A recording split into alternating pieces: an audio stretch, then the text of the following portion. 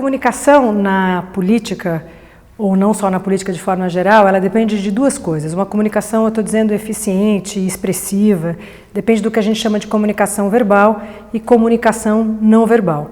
Eu vou começar a falar da comunicação não verbal, por quê? Porque ela tem uma influência de mais de 60% a 70% na sua performance comunicativa. A comunicação não verbal depende basicamente de três coisas: postura, expressão facial e gestos. E esses, obviamente, devem ser usados de acordo com o conteúdo do discurso. Mão alta na política já foi usada por muitos anos e o nosso último candidato que usou muito foi o Fernando Collor, que usava gesto muito alto. O gesto ideal é esse abaixo do peito e acima da cintura, que não fique próximo do rosto, porque isso vai atrapalhar a sua expressão facial, e que não fique lá embaixo, e que tenha uma função associada ao discurso. Dr. Cal Lightman has a talent. You're a terrible liar. Normal people think that's a good thing. You're saying I'm not normal? The average person lies 3 times per 10 minutes of conversation. Folks are great. I feel terrible they fired him. He knows every time. Now that's real surprise, but if your suspect is surprised for more than a second, he's faking it. He's lying. Nesse vídeo é um vídeo sobre uma série americana muito premiada que chama Lie to Me, que é baseada num sujeito que chama-se Paul Ekman, que é um estudioso das microexpressões. Em 2010, a Folha de São Paulo, por exemplo, chamou uma pessoa que trabalha com o Paul Ekman para fazer uma análise dos candidatos a governo, que no caso era o Mercadante e o Alckmin. E ele analisava na Folha, depois do debate, exatamente as chamadas microexpressões. Então é muito interessante porque o gesto ainda é algo novo, né? Mas o pessoal já passou do gesto grande para essa questão um pouco menor, que são as microexpressões. Tem uma coisa interessante, porque se a gente pensar na disputa americana para decidir quem seria o candidato democrata do partido, estava entre a Hillary e entre o Obama. E visivelmente, a gente sabe o que a imprensa falava, que a Hillary teria mais conteúdo, porque tinha mais experiência de governo, mais maturidade, mais vida política. Em compensação, a Hillary é uma mulher com uma voz que às vezes é estridente, usa gestos muito fortes, e o Obama, como a gente diz, é uma garça, né? Uma delicadeza, uma suavidade na voz, no gesto. Então é interessante porque nesse caso o peso do não verbal na escolha foi muito grande e acabou ganhando em relação ao conteúdo, em relação a esta coisa da experiência política. Tem o discurso famoso do Bush quando teve o atentado do World Trade Center. O Bush é o exemplo da não coerência entre o verbal e o não verbal. O Bush tinha ensaiado esse discurso, ele já tinham passado mais de 24 horas, ele está falando daquele atentado que chocou todo mundo, que todo mundo lembra bem da imagem, e ele não muda nada da expressão facial, não mexe um gesto, não fala nada. Quando ele fala que ficou bravo e tal, você não sente braveza na voz, nem no olhar, e nem nada. É impressionante como esse discurso não foi expressivo. Friends and neighbors. Thousands of lives were suddenly ended by evil, despicable acts of terror. The pictures of airplanes flying into buildings, fires burning, huge structures collapsing, have filled us with disbelief, terrible sadness, and a quiet, unyielding anger. O político está sempre em muita exposição e ele vai estar, na grande maioria do tempo, em ambientes que vão ter jornalistas, fotógrafos, gente gravando. Então ele precisa observar muito que horas ele está usando o gesto. Então você precisa ver onde você está, você precisa ver se não tem nada atrás, se não tem nada do lado, né? Aí você sai numa foto que tem, em plena discussão do PSDB, quem vai ser o candidato. O Aécio vai falar do lado do extintor de incêndio, escrito incêndio. É lógico que o fotógrafo viu, tira uma foto. Né? Então você precisa ver o que tem do lado e tal, ainda mais porque você conhece os ambientes. Raramente ali, por exemplo, no Congresso, numa situação, não vai ter algum fotógrafo. E a cara, no fundo, ela denuncia bastante. Quando a gente vê essa imagem, por exemplo, da morte do Bin Laden, que são imagens que só essas pessoas viram, você vê a expressão de horror que eles estão. Você deve imaginar que deve ter sido muito impressionante as cenas da morte. Porque realmente a cara deles, aquilo não é disfarçado, aquilo é realmente muito intenso. Nessa foto que a gente vê o Kassab, que tem o Alckmin abraçando o Serra, você vê um olhar do Kassab, né, que é quase um olhar de inveja ou de raiva, muito claro. Óbvio que deve ter sido sem querer, mas assim, estava cheio de fotógrafo, eles estavam num palanque, então assim, tem que prestar atenção na hora que está. E ver se você tem um problema em relação a alguma coisa de desvio de olhar, de usar gestos inadequados, corrige isso sempre. Corrige isso para o seu dia a dia, porque são coisas que não vão fazer bem para uma comunicação em nenhuma situação. Nessa sequência de fotos de políticos, nós temos desde políticos nacionais e internacionais, nós temos, por exemplo, 5 ministros bem na semana que estavam, né, abandonando, caindo, sendo mandados embora do cargo, e a gente vê um não verbal muito atrapalhado. Coisas do tipo apontar o dedo, coisas do tipo mão na boca, coceira na orelha.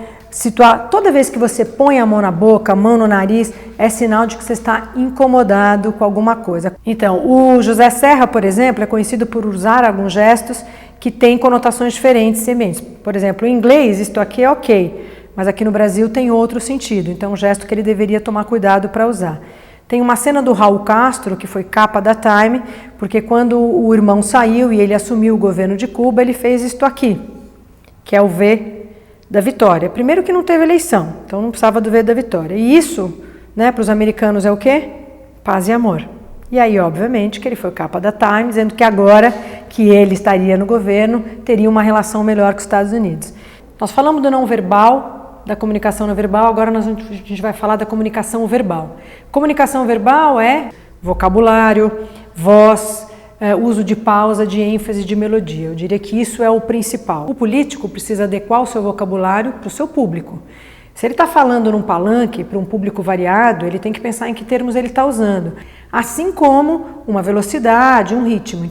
Para o outro fixar o conteúdo da informação, coisas como ênfase e pausa são fundamentais, e melodia. How we used our intelligence to, for example, se eu vou criar um impacto no meu público eleitor, e vou dizer, o meu projeto para que eu fiz uma pequena pausa, eu criei impacto. Se eu falo, meu projeto criei impacto, as pessoas não ficaram tão atentas.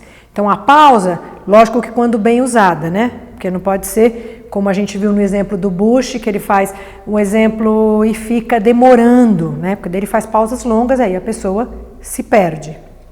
Mas quando a pausa é bem colocada, ela tem um efeito muito bom na comunicação. Senhores senadores, senhores deputados, eu peço licença para dizer a vossas excelências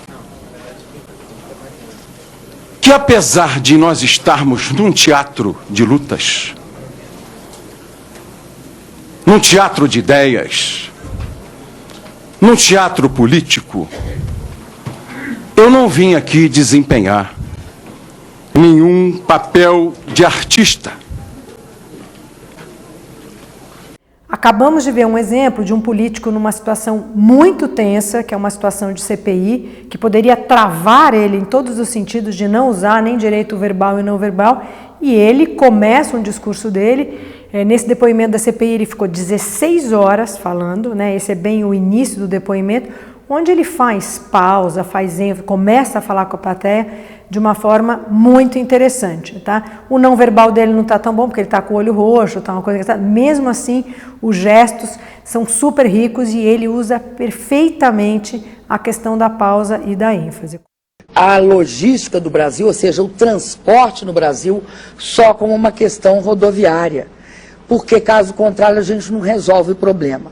No que se refere à segurança, agora, no que se refere à saúde, no que se refere aos professores, no que se refere à educação inclusiva, no que se refere à reabilitação, no que se refere, eu quero dizer que eu farei um governo voltado para a pessoa humana, sobretudo para a pessoa humana. Neste trecho de debate de televisão da presidenta Dilma, ela falou 21 vezes no que se refere. Obviamente, se ela tivesse falado no que se refere, portanto, tivesse variado, não teria marcado, mas a gente pode considerar que é um vício de linguagem, porque ela iniciou 21 vezes as respostas com no que se refere, né? Então, quando o vício de linguagem aparece, acaba ficando marcado e aí as pessoas, né, fazem os seus vídeos maravilhosos para colocar no YouTube, porque ninguém aguenta, porque daí fica muito marcado. A imprensa e todos acompanharam o problema de voz, o câncer na laringe do presidente Lula. Diagnosticado primeiro por uma rouquidão, o Lula sempre teve voz rouca, mas a voz foi ficando muito rouca, e aí ele foi fazer um exame e descobriram que ele tinha um câncer de laringe. E o presidente fez uma declaração muito interessante até, que ele falou que o que me preocupava não era morrer, mas era perder a voz. Porque para ele a voz é um elemento muito importante de sedução. O Lula pode ter algumas falhas no seu discurso político, na hora que ele não usa um português muito correto, às vezes não faz as suas conjunções, ou mesmo não faz as suas concordâncias de uma forma correta, mas o que ele tem no discurso é que ele tem muita emoção, ele tem muito carisma. Tanto que isso supera o que a gente poderia chamar dessas outras falhas em relação ao verbal. E a voz, para ele, é um elemento de emoção. A voz é a expressão da personalidade. Eu sinceramente, diferentemente de muita gente, eu tinha mais preocupação de perder a voz do que de morrer. Ou seja, porque se perdesse a voz eu já estava morto. Então, Mas passou pela sua cabeça? Tem gente que fala que não tem medo de morrer. Eu tenho. Se eu souber que a morte está na China, eu vou para a Bolívia. Nenhum elemento sozinho ganha eleição. O que ganha é este conjunto e, logicamente, associado ao conteúdo, né? Porque na fonoaudiologia a gente cuida mais do que a gente fala da forma.